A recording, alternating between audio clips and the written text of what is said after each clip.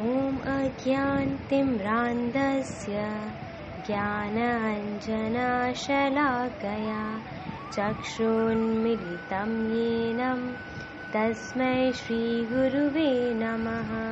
श्रीमद् भगवद गीता मात की जय हो। तो आज हम 15th इम्पॉर्टेंट श्लोक स्टार्ट करने जा रहे हैं। Chapter number 2, text number 45। तो आइए इसको मेरे साथ साथ पढ़ने का प्रयास कीजिए। त्रैगुण्य विषया वेदा। त्रय यानी कि 3, गुण्य त्रैगुण्य विषया वेदा। त्रैगुण्य विषया वेदा। नेक्स्ट वर्ड है निस। स पे रुक जाना है। निस त्रय गुण यो। निस त्रय गुण यो। निस त्रय गुण यो भवार्जुना। निस त्रय गुण यो भवार्जुना। त्रैगुण्य विषया वेदा। निस्त्रय गुण्यो भवार्जुना। आगे देखते हैं नेक्स्ट लाइन। निर्द्वंद वो। निर र पे रुक जाना है, ठीक है। निर्द्वन द और व साथ है। द्वन न पे फिर पहले र पे रुकना है, फिर न पे रुकना है। निर्द्वंद्वो। निर्द्वंद्वो। निर्द्वंद वो, यहाँ द पे रुको, ऐसे ज्यादा इजी है। निर्द्वंद्व वो। नित्य सत्वस्थो। 2 तय। नित्य के बाद स के बाद 2 तय। एक त को पढ़ना है हमें स के साथ और दूसरा त पढ़ना है व के साथ।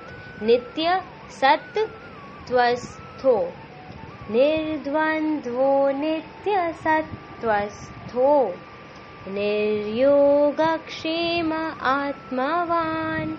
निर्योगक्षेम आत्मवान। अब इसको पूरा पढ़ने का प्रयास करते हैं। त्रैगुण्य विषया वेदा। निस्त्रैगुण्यो भवार्जुना। निर्द्वंद्वो नित्य सत्वस्थो। निर्योगक्षेम आत्मवान। एक बार फिर से। त्रैगुण्य विषया वेदा। निस्त्रैगुण्यो भवार्जुना। निर्द्वंद्वो नित्य सत्वस्थो। निर्योगक्षेम आत्मवान। वर्ड टू वर्ड मीनिंग्स देखते हैं। त्रैगुण्य यानी कि प्रकृति के 3 गुणों से संबंधित। अब देखो 3 गुण होते हैं। एक होता है सतोगुण, रजोगुण, तमोगुण। हम जब इस संसार में आते हैं, जब जन्म लेते हैं, तो हम पर ये तीनों गुण उसी टाइम अटैक करना शुरू हो जाते हैं। कौन कौन से गुण? सतोगुण, रजोगुण, तमोगुण। अब इसको समझने का प्रयास करें। सतोगुण, अब जब हम पे सतोगुण हावी होगा, सतोगुण अटैक करेगा, तो हम अच्छे कार्य करेंगे जिससे हमारा भी कल्याण हो और दूसरों का भी कल्याण हो, दूसरों का भी भला हो। और अच्छे कार्य कैसे? सुबह को हम जल्दी उठेंगे, भगवद गीता पढ़ेंगे, कथा श्रवण करेंगे, मंगला आरती करेंगे। तो ये सब कौन से कार्य हो गए? अच्छे कार्य होंगे। वो कार्य करेंगे जो पॉजिटिव हो। अब रजोगुण में क्या होता है? जिसमें हम सिर्फ अपना फायदा देखते हैं, अपनी भलाई के लिए कार्य करते हैं, दूसरों की भलाई नहीं देखते। तो ये हो गया रजोगुण। और जब हम पे तमोगुण हावी करेगा तो हम तब बहुत ज़्यादा आलसी होंगे, बहुत ज़्यादा सुस्त होंगे, बहुत ज़्यादा नींद आएगी। और उसमें क्या होगा? ना ही हम अपने भले का सोचेंगे, न हम किसी और की भलाई के बारे में सोचेंगे। तो ये 3 प्रकार के गुण हो गए। अब ये 3 प्रकार के गुण विषया, यानी कि इन 3 प्रकार के जो गुण है, इनका जो टॉपिक है कहाँ पे मेंशन है? वेदा, यानी कि वैदिक साहित्य। वेदों में प्रकृति के 3 गुणों के बारे में बताया गया है। तो स्टार्टिंग का जो ये वर्ड्स थे त्रैगुण्य विषया वेदा, इसका मतलब ये है, ठीक है। अब हम नेक्स्ट वर्ड देखते हैं। निस्त्रैगुण्य यानी कि प्रकृति के 3 गुणों से परे। भव यानी कि हो अर्जुन, हे अर्जुन। अब कृष्ण अर्जुन के साथ साथ हमें भी बता रहे हैं कि हमें इन तीनों गुणों से ऊपर उठना है, इनसे परे होना है। अब इनसे हम परे कैसे होंगे? अभी आप लोग सोचेंगे कि दीदी हम जब इस संसार में आते तब हम पे गुण अटैक करना शुरू हो जाते हैं, तो हम इनसे बचें कैसे कि हम पे ये अटैक ना करें? तो कृष्ण आगे 7th चैप्टर में टेक्स्ट नंबर 14 में ये बताते हैं कि हे अर्जुन, दैवी हियेषा गुणमयी ममवा या दुरत्यया, कि ये जो मेरी 3 गुणों वाली माया है उसको पार कर पाना बहुत कठिन है।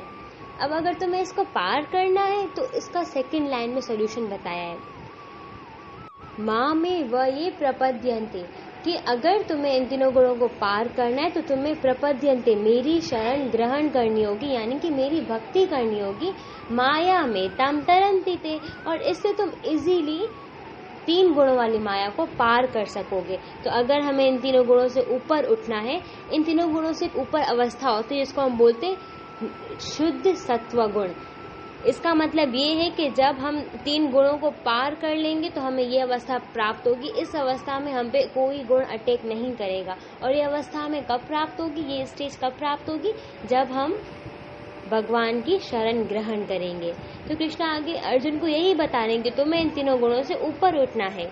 निर्द्वंद्वो, द्वैत भाव से मुक्त। निर यानी कि नहीं, द्वंद्व हम बोलते हैं अपोजिट्स को, जो 2 जोड़ होते हैं ना, जैसे कि सर्दी गर्मी, सुख दुख। पीछे कृष्ण अर्जुन को यही समझा रहे थे कि तुम्हें इन तीनों के बारे में नहीं सोचना, सुख दुख का तुम्हें नहीं सोचना है, जीत हार से तुम्हें इनके बारे में नहीं सोचना है। सर्दी गर्मी, ये जो भी अपोजिट्स होंगे इन सबसे मुक्त हो जाओ।